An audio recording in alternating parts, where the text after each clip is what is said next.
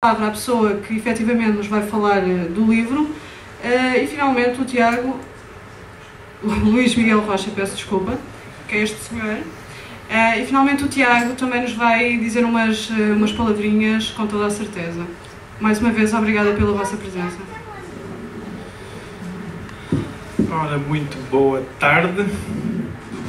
Antes de mais, é sempre um prazer apresentar um livro de um amigo e é isso que eu estou aqui a fazer hoje, portanto, foi com todo o prazer e é com muito orgulho que eu estou aqui hoje e sinto-me honrado por ter sido convidado pelo Tiago para estar aqui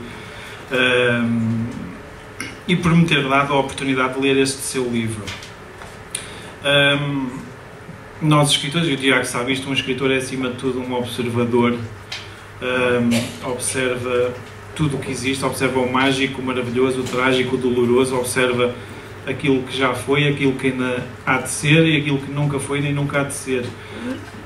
Se lembrarem dos livros de Júlio Verne, que todos nós conhecemos, o único que se calhar hoje ainda é de ficção científica é a Viagem ao Centro da Terra, não é? Porque de resto, já aquilo que no século XIX era impensável, hoje em dia é totalmente possível, à exceção mesmo disso de ir ao centro da Terra, mas isso também é por mais uns anitos e nós começámos a escavar por aí baixo. E mais, um escritor também, de certa forma, é um bocadinho vidente. E este livro, se calhar, tem um bocadinho dessa vidência. Se calhar não, tem mesmo. E vocês vão dar por ela à medida que o vão lendo. Vou-vos contar uma história de um conhecidíssimo escritor chamado Edgar Allan Poe. Toda a gente já ouviu falar. Ele tem aquelas histórias muito tenebrosas, muito sombrias, de terror. E ele escreveu um livro que ele próprio considerou execrável, ele próprio. Há páginas tantas, há um barco de pescadores que se perde no mar e muito simplesmente acaba-lhes a comida e eles têm que tomar uma decisão. E tomam a decisão de têm que comer um deles. Isto é mesmo a Edgar Allan Poe. Então decidem comer o mais novo. E o mais novo tem 19 anos e chama-se Richard Parker. 46 anos mais tarde, há um barco chamado Mignonette, um barco de pescadores que se perde no mar. Vocês podem fazer esta pesquisa porque saiu nos jornais da época e é perfeitamente real. E passou-se 46 anos depois do Edgar Allan Poe ter escrito este livro. Um barco chama-se Mignonette, um barco de pesca, perde-se no mar, acaba-se a comida. Acaba-se a comida e os pescadores têm que tomar uma decisão. A decisão que eles tomam é: têm que comer um deles. E quem é que eles decidem comer? O mais novo. E o mais novo tem 19 anos e chama-se Richard Parker. E portanto, para verem como o Edgar Allan Poe não era escritor, era vidente. Ou, por exemplo, que, não sei se vocês, fez há pouquíssimo tempo, um século que o Titanic afundou, 14 anos antes de ter saído de ter ocorrido esse evento, já havia um livro sobre isso, chamava-se O Naufrágio do Titã, publicado em 1898. E o barco era igual, vocês estão a ver a geografia do Atlântico, aquilo é imenso, não é? Tem uma data de milhões de quilómetros quadrados. E o Titanic afundou-se em 1912 a 400 milhas da Terra Nova. Este livro, o Titã afundou-se, neste caso o livro foi publicado em 1898 e afundou-se também a 400 milhas da Terra Nova contra um iceberg. Portanto, estão a ver, com tanto espaço dentro do Oceano Atlântico, ele foi escolher exatamente o mesmo sítio em que o Titanic se afundou, publicado em 1898. Portanto, um escritor é isto. Um escritor também observa o óbvio. Por isso é que nós sabemos, e o Tiago também está aqui para me apoiar, por isso é que nós sabemos porque é que uma senhora nunca encontra nada numa mala. Vocês sabem? Sabem? Não sabem? Se vocês pedirem aos vossos namorados ou maridos para irem procurar alguma coisa dentro da vossa mala, eles vão lá e vão buscar. Vocês fazem assim. E portanto, como é pelo tato, só à terceira ou à quarta é que conseguem acertar. Ou que os bolsos de um homem não são aleatórios, Os bolsos de um homem têm localizações específicas. O da chave é sempre o mesmo, o da caneta é sempre o mesmo, o da carteira é sempre o mesmo, o do telemóvel é sempre o mesmo. Um homem a sair de casa faz assim. Está tudo. E se por algum acaso se enganar e colocar a chave no bolso errado, a primeira coisa que diz é perdi a chave. E só depois é que vai procurar. Façam esse teste lá em casa, aos vossos maridos ou aos vossos namorados ou familiares ou o que quiserem. Comecem a trocar as coisas de sítio e vão ver que eles vão adorar. Ou, por exemplo, que, sei lá, coisas simples. Um homem olha para as unhas assim, uma mulher olha assim. Que é engraçado, é divertido. Nós nunca pensámos nisto. Ou o próprio ato de despir uma camisola. Os homens despem pela gola, sabem? São assim. Vocês fazem uma coisa que estranhíssima que eu não sei aqui exemplificar. Ou, por exemplo, quando vocês vestem uma camisola, vocês vestem primeiro pelos braços e depois é que enfiam. Nós enfiamos primeiro a gola. E depois às vezes aquilo não corre lá muito bem. Às vezes. E para terminar, estes pequenos exemplos de observação. Se alguém ofender um homem, ele esquece ao fim de um quarto de hora. Se alguém ofender uma mulher, ela começa a escrever um diário. E portanto é isto que nós fazemos. Há colegas nossos que com estas pequenas indicações fazem obras maravilhosas. Nós precisamos de beber à história. Eu tornei-me especialista em assuntos do Vaticano, o Tiago é um especialista em história em geral. E portanto, e especialmente história de Portugal, que é uma coisa que a mim me falta, por acaso. E portanto, precisamos de beber esta história. A história é que nos confere aquilo que nós somos. É aquilo que nos permite estar aqui hoje, nesta hora. É porque, historicamente, por exemplo, alguém construiu isto. Historicamente, o Tiago escreveu este livro. E, portanto, é isso, é a história que nos faz. Por exemplo, soube há pouquíssimo tempo, não sei se vocês sabem, que se vocês vivessem aqui no Porto há 10 mil anos e quisessem ir à praia, tinham que andar 50 km, porque a praia não era ali. A praia ficava a 50 km daqui, porque a nossa costa era muito mais longe. Porque há 10 mil anos o nível da água do mar era 100 metros abaixo do que é hoje. Como a nossa costa, o declive é muito suave, então nós tínhamos, e esse declive temos que percorrer 50 km para baixar esses 100 metros. E, portanto, nós não vivíamos pertíssimo de praia nenhuma. Era outra coisa completamente diferente. Portanto, em termos históricos, o facto de hoje ser 5 de maio de 2012, alguém disse isto. Não é 5 de maio porque nós queremos. É 5 de maio porque Gregório XIII, um Papa, assim o disse. Assim o disse, e foi ele que decidiu que hoje é 5 de maio de 2012. E às vezes nós nem pensámos nestas coisas. Nós nem pensámos nisto. E porquê é que ele decidiu que hoje era 5 de maio de 2012? Muito simples, porque na altura dele, ele apercebeu-se que o calendário que estava em vigor antes, que era o calendário juliano, que era um calendário que já vinha de Júlio César, não estava correto, tinha um erro. Tinha um erro absolutamente simples, mas que se aperceberam dele. O que é que se passou? Quando Júlio César encomendou o seu calendário no ano 46 a.C., encomendou a um astrónomo de Alexandria. E esse astrónomo fez este cálculo. Ora bem, o ano solar tem 365 dias e 6 horas. Em 46 a.C. ele fez este cálculo. E a sugestão que ele fez a Júlio César foi: olha, vamos fazer anos de 365 dias e a cada 4 anos acrescentamos um dia. Foi isto que ele fez. Isto faz lembrar alguma coisa, não faz? É mais ou menos isto desta forma que nós vivemos. Mas o Sosígenes, que era o tal astrónomo de Alexandria, enganou-se. Porque o ano não tem 365 dias e 6 horas. Se tivesse, 6 por 4, 24, é só acrescentar um dia a cada 4 anos e está corretíssimo. Mas ele enganou-se. É que o ano solar, portanto o tempo que a Terra leva a dar volta ao Sol, tem 365 dias, 5 horas, 48 minutos e 46 segundos. Quer isto dizer que ele enganou-se em 11 minutos e 14 segundos. E vocês dizem, isso não faz diferença nenhuma. Pois não. Faz um dia extra a cada 128 anos. O que é que isto quer dizer? Que no tempo de Gregório XIII, e Gregório XIII foi um Papa em 1582, o dia mais longo do ano não era 21 de junho, era 11.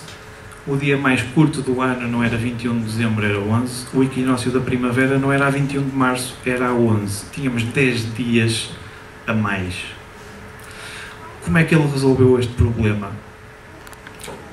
Contratou 3 astrónomos e físicos e lançou-lhes um desafio. Nós temos que resolver isto, porque não pode ser assim. E, a acrescentar a isto, temos que evitar que isto volte a acontecer. E então o que é que ele fez?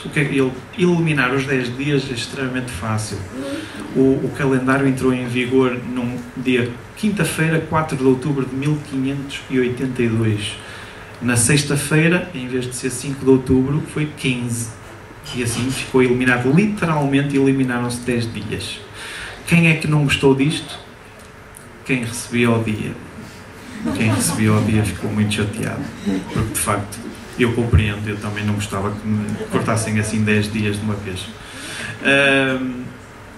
E por aí tudo bem. Ficou literalmente resolvido. Isto entrou em vigor então em 1582. Nesta data, em 3 países para iniciar.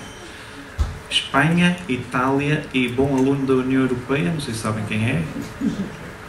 Portugal, obviamente. Sempre na crista da onda. E depois, no mesmo ano, em França. E o último país, para perceberem o tempo que isto levou, o último país foi a China em 1949. Antes disso foi a Turquia em 1926. Levou 300 e tal anos a percorrer todo o globo. 300 e tal anos, não foi de uma vez só. Mas faltava aquele problemazinho que o Papa tinha feito um desafio. Qual era? Que isto não voltasse a acontecer. E os homens resolveram isto em 1582. Vocês acham que é ano bissexto a cada 4 anos, não acham? Mas vocês estão redondamente enganados, porque não é. No entanto, isto não vai acontecer durante a nossa vida. A fórmula é esta. Para ser ano bissexto tem que ser múltiplo de 4, mas não é ano bissexto se for múltiplo de 100.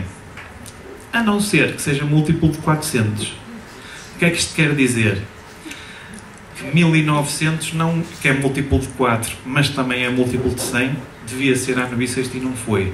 A próxima vez que isto vai voltar a acontecer é em 2100, eu desejo-vos a todos uma longa vida, mas isto nunca vai acontecer durante a nossa existência. Mas de facto não é ano bissexto todos os 4 anos. Há umas ligeiras exceções. O que é que isto faz? Faz com que o calendário seja mais comprido que o ano solar, continua a ser, em apenas 26 segundos. Apenas 26 segundos. Ao contrário do outro que eram 11 minutos e 14 segundos. O que é que isto faz? Faz com que este calendário só vai dar erro daqui a 35 séculos. O que é que isto quer dizer? Daqui a 35 séculos, quem estiver cá que se desenrasque, não é nada connosco, não temos nada a ver com isso. Já temos os nossos problemas que cheguem para nós resolvermos. E portanto, perceberam como é que estes homens resolvem as coisas e nós estamos aqui hoje, e hoje é este dia porque, de facto, há história por trás disto. Há história, há ciência, há uma data de coisas. Neste livro, o que nós fazemos, e de certa forma eu incluo isto no Tiago, vocês já repararam que eu estou a evitar falar do livro, não sei se repararam nisso. E estou a evitar por uma razão muito simples. Isto é um thriller. O que é que quer isto dizer? É um thriller bem escrito, que às vezes há thrillers mal escritos. Um thriller bem escrito obedece a uma fórmula muito fácil, mas muito difícil de fazer, que é, tem um enredo principal, vários subenredos, capítulos pequenos, esse também é o segredo, capítulos pequenos têm que acabar sempre em suspense. Acabar sempre em suspense é muito difícil. A personagem principal tem de estar, ou as personagens principais têm de estar sempre sobre tensão e sob ameaça de vida, e ele consegue fazer isso muito bem aqui. E portanto, o que é que isto quer dizer? Há sempre mistério no ar, sempre muito mistério. Por exemplo, se a bomba vai rebentar, nós terminamos o capítulo quando falta um segundo. O capítulo a seguir é sobre outra coisa qualquer, não é sobre bomba nenhuma, porque era o que mais faltava irmos já diretos ao assunto. E, portanto, por isso é que se torna uma escrita viciante. E é isto que acontece aqui. É exatamente isto. Temos, de certa forma, eu costumo dizer isto, não sei se o Tiago vai concordar ou não, 33%, eu divido o livro em 3 partes. 33% é ficção, 33% são factos históricos e 33% é aquilo que eu chamo de ficção credível. E o que é isto da ficção credível? É quando a história não responde e o escritor responde de uma forma que seja a sua perspectiva e a sua interpretação, que faz com que o leitor no final se pergunte por que não? Porquê é que não pode ter sido assim? Foi isto que aconteceu, por exemplo, com o Código da Vinci do Dan Brown. As pessoas começaram a perguntar-se: porquê é que não foi assim? Pode muito bem, e muitas pessoas acreditaram que era de facto aquela a história e que de facto era mesmo assim, mas não sabemos se era ou não. No entanto, porque historiar é extremamente difícil, nós não estávamos lá, portanto apenas o que chegou até nós são versões da história. Podem ser com documentos ou com artefactos arqueológicos, pode ser com muitos, ou com uma data de coisas, mas o que nos chega são sempre versões da história. E normalmente versões da história dos vencedores. E portanto nós que não estamos lá, temos que olhar para as versões e tentar perceber se foi de facto aquilo que aconteceu. E é um pouco este trabalho detetive que se faz aqui neste livro, O Último Império. Fazer uma ligação desde o tempo de Dom Afonso Henriques, em que vamos perceber a origem da nacionalidade, vamos perceber a profecia do Quinto Império, que é uma das coisas que está por cumprir. Eu sei que o Tiago é um dos grandes, se calhar, amantes desta filosofia e desta profecia, e está aqui perfeitamente patente neste livro. O Quinto Império, esse desejo que nós temos de sermos maiores que aquilo que somos, quando na realidade, se olharmos para trás, nós fomos muito grandes, não é? Nós queremos ser grandes e esquecemos que já fomos. Vou-vos dizer, eu fico extremamente chateado quando nos comparam com os americanos e comparam-nos às vezes. Nós no século XVI era quando... E olha, escutei isto no metro há umas semanas, aqui no metro ia para o IPO e diziam lá um miúdo para uma miúda estrangeira: nós somos como no século XVI nós éramos como os americanos são hoje. Tomara os americanos serem como nós fomos no século XVI, mas que é isso? Que comparação mais estúpida, uma comparação idiota. Até a independência do Brasil, o nosso território era maior que os Estados Unidos da América. Maior. Para além que estávamos espalhados por 4 continentes. Está por comprovar se não estávamos por 5. Porque ultimamente têm aparecido artefactos que, pelos vistos, comprovam, ainda não está validado, portanto é apenas uma confirmação, mas é apenas uma tese, mas comprovam que se calhar nós descobrimos a Austrália antes dos ingleses, pelo menos 100 anos antes. Não sei se está. Muito bem. Portanto, isto para dizer que nós estivemos em 5 continentes e foi um dos impérios que durou até 1974, 1975. Portanto, nós fomos imensos. Os americanos só estão naquele bocadinho, que é grande, mas é um bocadinho, quer dizer, não nos comparem, e estão sempre na sua tocazinha, naquele local, controlam depois tudo o que tem a volta. Atenção que eu estou a dizer isto, mas eu não sou anti-americano. Controlam lá, mas as coisas têm que se dizer como elas são. E na realidade, nós, enquanto império, fomos um grande império. Portanto, não há comparação possível. Querem nos comparar, o miúdo se queria comparar, dizia assim: olha, nós fomos como o Império Romano. Mais ou menos. Fomos como o Império Romano. Um bocadinho mais além, se calhar, Se calhar ainda fomos maiores que os romanos, sei lá. Se calhar também não é uma boa comparação. E tudo isto para então explicar que os nossos livros têm esse... E o livro do Tiago está bem escrito por causa disso. Tem esses ingredientes. Está muito bem escrito, desde já vos digo, e eu percebo do assunto. Está muitíssimo bem escrito. E noto que é procura, porque eu também faço isso, é procura... O Tiago anda aqui à procura das respostas às suas próprias perguntas. E como anda à procura dessas respostas, leva-nos por um caminho de detetive nessa procura, com as personagens que nos levam nesse encalço. E é muito interessante perceber que vamos ficando mais ricos a cada página, justamente porque a personagem, que é a Inês Maia, a personagem não sabe nada de nada sobre o assunto em questão, e à medida que vai sabendo, nós também vamos sabendo e vamos ficando a saber, e portanto vamos percebendo exatamente. O que eu penso que é uma relação que cria logo empatia connosco, porque nós somos, pelo menos falo por mim, quando estava a ler o livro eu não percebia nada deste assunto. E a partir do momento em que me agarro à Inês, em que ela vai descobrindo, depois da morte do avô, começa a descobrir as coisas. Não sei se podia dizer isto. Ok. Pronto. Ok, não sei, se calhar estou a falar mais. A partir do momento em que ela vai descobrindo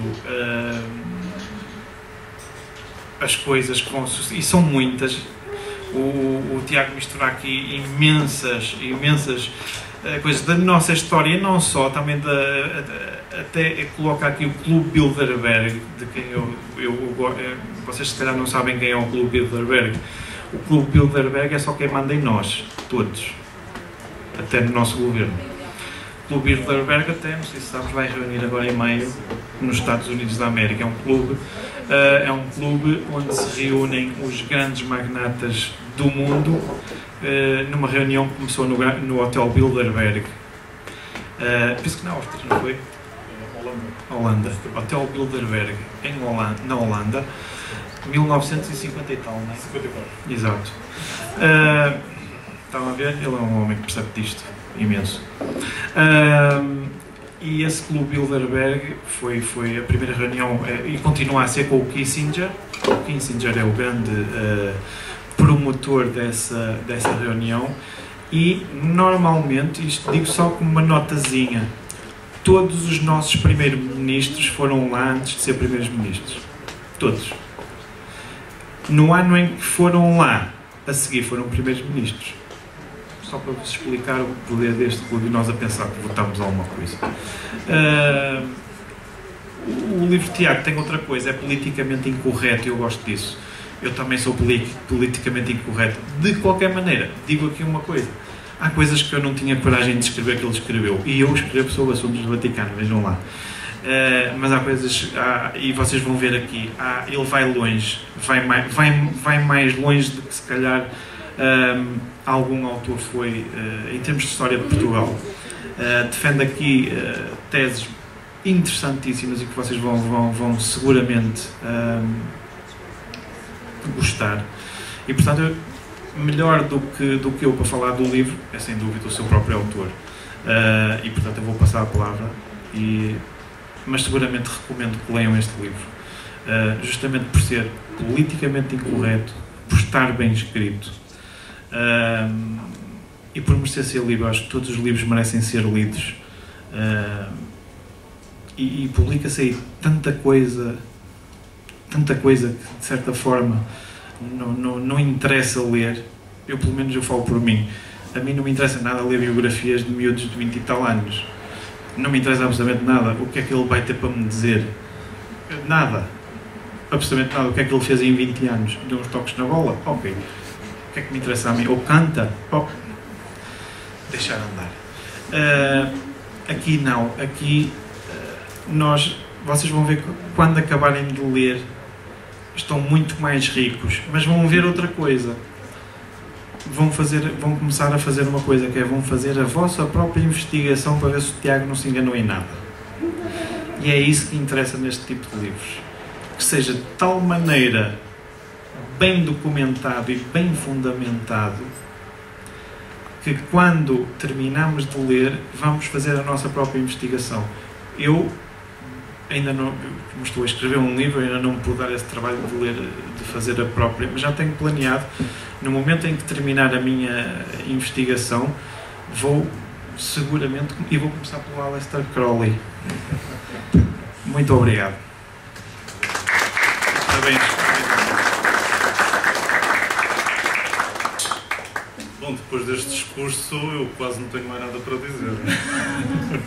Mas tenho. Queria, antes de mais, agradecer à presença e ao discurso do meu querido amigo Luís Miguel Rocha.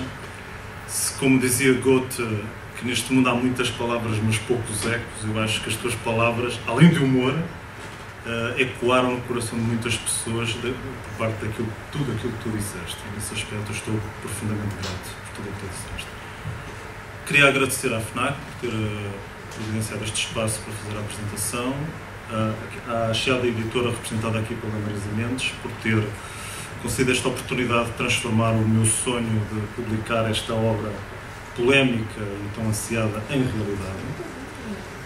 A todos vocês que puderam vir, hoje felizmente não está a chover, portanto foi até uma boa recomendação. Nesse aspecto, São Pedro também fez as pazes para que este evento acontecesse, já não foi mal. E um agradecimento especial à minha família, em especial à minha mãe, que foi a pessoa que me incutiu o prazer da leitura e a exigência da escrita, do qual queria dar aqui um grande agradecimento e dizer obrigado, mãe, por tudo aquilo que tu és, e que espero que continues a ser ao longo da minha vida, não só para mim, mas para toda a tua família, todas as pessoas que te amam e querem ver-te feliz. A respeito do livro, eu vou explicar basicamente o que é que um mero exercício de escrita criativa acabou de se transformar nesta obra. Uns dizem volumosa, outros dizem que se calhar é menos volumosa, isso fica ao critério de cada leitor.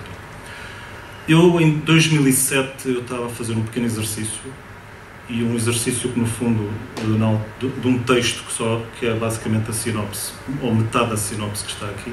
A única coisa que tinha era uma rapariga que tinha chegado a casa, foi confrontada com a notícia da morte do avô, foi ao funeral do avô e depois do funeral do avô, recebeu de herança um baú de brinquedos antigos e dentro do baú desses brinquedos antigos tinha um livro. Só tinha isto. Não tinha rigorosamente mais nada.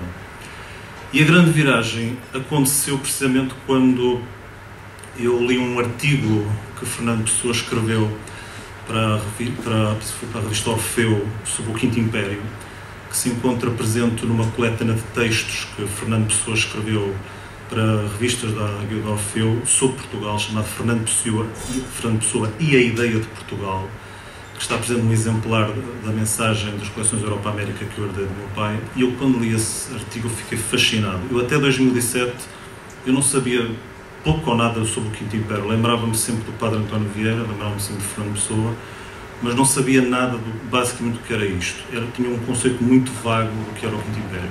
E quando li esse artigo, eu fiquei completamente fascinado. E o fascínio transformou-se numa obsessão, e essa obsessão transformou-se neste livro. Demorou cerca de 1 ano e meio de investigação e 11 meses de trabalhos forçados de escrita. Que o Luís sabe muito bem o que é quando nós nos embrenhamos no livro, o tempo que nós perdemos, mas é, como digo, um ofício que nós chamamos de doloroso, mas é sempre gratificante.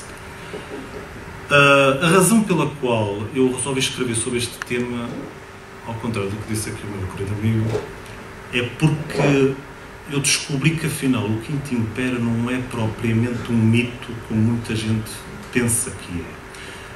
Há uma citação inicial que eu coloquei neste livro do Padre António Vieira, que vai muito ao encontro de uma tese de Jorge Luís Borges, em que ele dizia que todo o presente é nulo se não tiver reminiscências do passado e uma previsão, uma perspectiva sobre o futuro.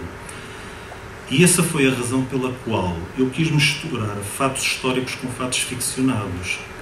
Porque como dizia Aristóteles, e muito bem, a diferença entre um historiador e um escritor é que um historiador fala exatamente dos fatos como eles aconteceram. Um escritor normalmente relata os fatos que não aconteceram, mas que poderiam ter acontecido.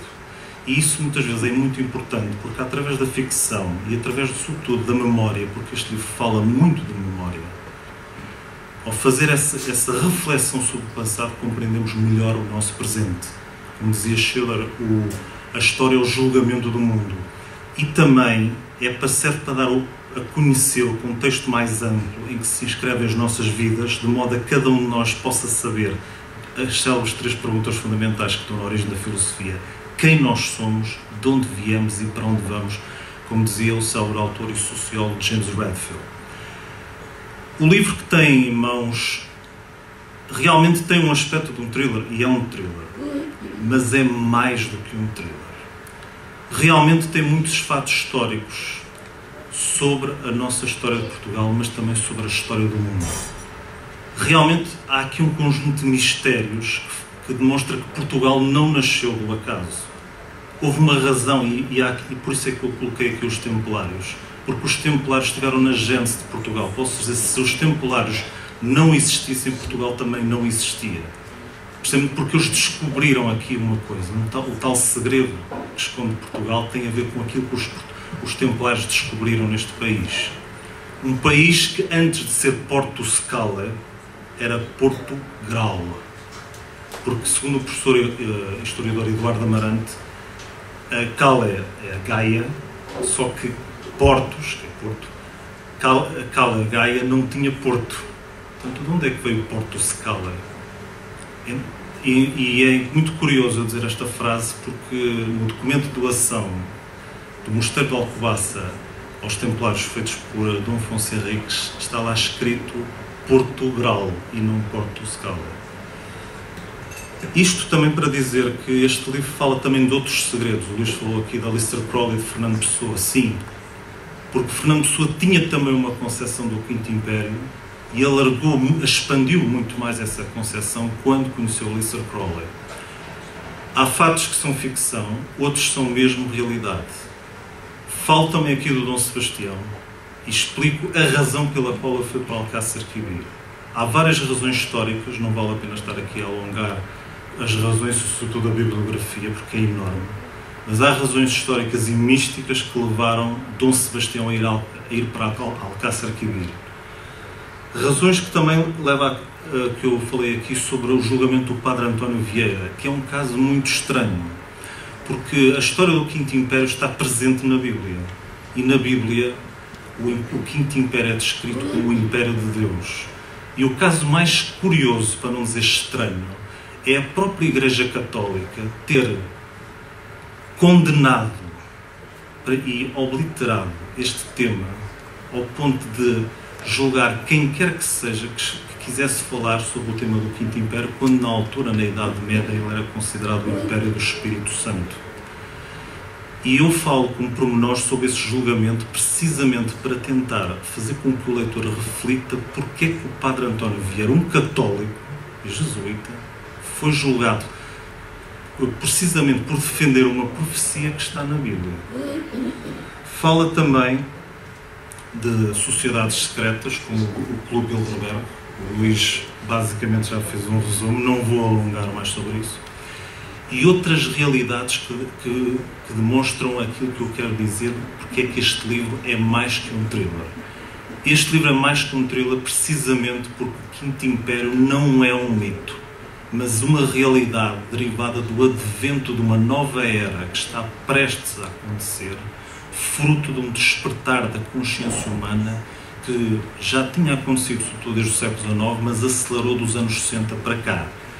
Um despertar da consciência humana que derivou de vários aspectos, desde a democratização do conhecimento e da cultura feito pela internet, que aproximou de uma certa maneira a humanidade de todos os seus problemas. Hoje parece que não, mas um problema da fome da Etiópia ou uma crise qualquer no Brasil ou na Angola afeta-nos também a nós. E a internet fez com que nós tomássemos uma consciência se calhar até maior da humanidade, porque aproximou esse conhecimento de nós e revelou certas verdades que nós julgávamos que eram teorias da conspiração e agora cada vez mais percebemos que eram fatos concretos. Um despertar da consciência humana que derivou sobretudo do papel que o homem teve sobre a natureza. Hoje percebemos a gravidade que o mundo vive por causa da destruição do meio ambiente. Nós estamos aqui a falar e esquecemos das milhares de árvores que estão a ser abatidas em várias florestas centenárias como na Amazónia, e esquecemos que quando a Amazónia desaparecer, desaparece o maior pulmão verde do mundo. Estamos aqui a falar e esquecemos que neste momento a Groenlândia está a um passo de entrar em colapso, porque a camada de gelo é tão fina que dizem que se qualquer dia atirarem um seixo, aquilo pode rachar completamente. Todos os blocos de gelo podem dirigir-se em direção à corrente do Golfo e o nível das águas do mar pode subir ao ponto de submergir países, para não dizer somente cidades. Um despertar de uma consciência humana que derivou de uma nova consciência espiritual que passou a ser compreendida precisamente porque pela primeira vez a ciência começou a comprovar, sobretudo quando falo de ciência, falo sobretudo da física quântica e falo da psicologia, a comprovar muitos fenómenos que os sacerdotes místicos há séculos falavam sobre a espiritualidade. Apenas para dar um pequeno exemplo, durante séculos os místicos falavam da visualização criativa e do poder do pensamento, e os cientistas mais positivistas achavam que aquilo era um absurdo, não era possível a mente concretizar tudo como se fosse realidade. Ora, os psicólogos, sobretudo nos anos 70, comprovaram isso e disseram que não, isso existe, chama-se programação neurolinguística. Isto apenas para citar um caso. E isso é tão verdade que o presidente do Comitê Olímpico, não do Comitê Olímpico, perdão, da equipa norte-americana que participou nos Jogos Olímpicos de Los Angeles, utilizou esse método para treinar os jogadores. Eles basicamente só tiveram de visualizar-se a correr e, para espanto de todos, a visualização foi tão grande que eles suaram como se estivessem mesmo a correr, mas estavam todos sentados a visualizar isso. Isso para quê? Porque o subconsciente não consegue distinguir a realidade da ficção. E essa é também uma das razões pela qual os escritores escrevem ficção, porque através da ficção nós revelamos muita dessa realidade. O Quinto Império é também um despertar dessa consciência, precisamente por causa de uma situação que eu falo aqui que pode parecer um pouco estranha, mas está comprovada, que são a existência das crenças índigo. Eu não sei se tu, Luís, já tinhas ouvido falar.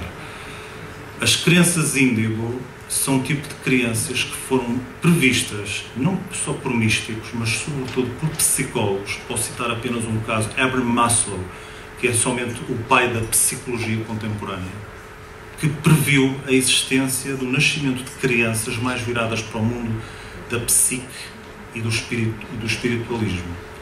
Na altura, essas crenças não nasciam por uma razão muito simples, é que para haver um nascimento perfeito tem que haver um equilíbrio não só físico, mas também tem que haver um equilíbrio espiritual, e neste caso energético. Quando falo de espírito, falo sobretudo de energia.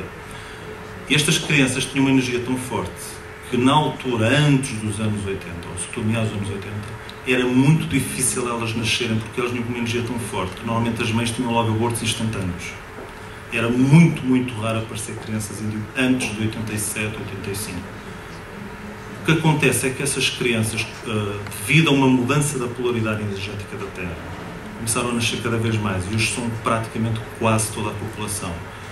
Há aqui uma coisa que eu denuncio neste livro, e é bom que leiam, isso tudo que para quem é mãe, que é uma coisa que alguns pais fazem porque não entendem estas crianças, pensam que são muito hiperativas e distraídas, e não são. E muitas vezes utilizam drogas como Ritalina para adormecerem, precisamente porque não entendem que elas não vivem de acordo com o nosso tempo mecânico, ou o nosso calendário gregoriano, elas vivem de acordo com o tempo astral. E isto é uma realidade. Nos anos 80, esta realidade foi comprovada por uma parapsicóloga chamada Nancy Ann Pratt, que utilizou umas máquinas chamadas Kirlian, que tiram radiografias às auras, que são inclusive utilizadas por vários terapeutas e parapsicólogos para detectar doenças. E ela descobriu a existência destas crianças porque elas têm uma aura azul índigo, daí elas chamarem-se crianças índigo. A partir do ano 2000, elas passaram a chamar-se crianças cristal, depois passaram a ter outras variações consoante a cor da aura. E também revela, este livro revela também que Dom Sebastião não é um mito, não é um fantasma, um espírito de um rei que desapareceu nas areias da África. Para quem não sabe, ele realmente não morreu em Alcácer Quibir, ele realmente fugiu, conseguiu fugir. Foi para a Itália, teve agora o Rogério esteve em Florença e creio que foi preso em Veneza, e para espanto de todos, mandava cartas cifradas para o seu tio Dom Filipe II. O mesmo Filipe II que anexou o nosso país, mandou ossadas de Alcácer Quibir a dizer que eram do nosso rei e não são. E tanto é que existem estas cartas documentadas, mostravam a existência que Dom Sebastião estava realmente vivo. E o Dom Filipe, para evitar que as pessoas soubessem, inventou uma mentira de que o rei tinha morrido em Alcácer Quibir, mas estava vivo nas prisões da Itália. Não refere, como eu acabei de dizer, Dom Sebastião como um mito, mas antes como o ser, o verdadeiro ser português, não o português comum, mas aquele ser português que nós julgamos que morreu nas areias de Alcácer Quibir. O ser que, como dizia Clarice Lispector, é aquilo que o impossível espera de nós. O tal ser, como falava o professor Agostinho da Silva, que apaziguou o corpo, contempla o mundo e escuta a verdadeira voz do universo, e através dela tem a iniciativa e o risco de poder executar os seus sonhos, que podem desde uma coisa comum, desde montar uma loja, ou, por exemplo, imprimir este livro, concretizar este sonho que eu estou aqui a apresentar a todos vós. É esse ser português que representa o regresso de Dom Sebastião. E também revela um outro Portugal. Um Portugal que não se revê só na história deste livro, mas um Portugal que nós encontramos, se calhar, todos os dias e não nos apercebemos. Um Portugal que, quando imigra, leva uma parte de si. Um Portugal que se comove, não só quando ouve o fado, mas que se comove às vezes perante uma tragédia, que é solidário, muitas vezes, naqueles momentos em que o mundo mais precisa. Um Portugal que não cabe nas fronteiras do seu próprio país e da sua própria língua, que é o Portugal que está dentro de nós. Como citou no célebre livro Portugal, a missão que falta cumprir, o professor René Darnard. E tudo isso eu não podia exprimir num poema, num texto, mas num livro.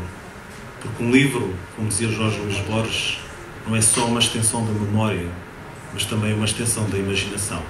Muito obrigado por terem vindo.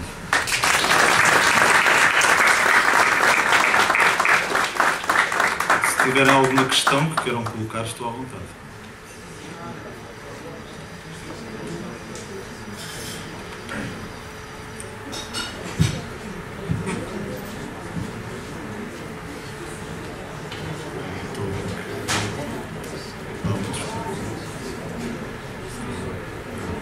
Bem, sendo assim, dou por terminada a sessão. Agradeço a todos vocês por terem vindo aqui e até à próxima. E estou aqui presente para quem quiser pedir um autógrafo desta obra.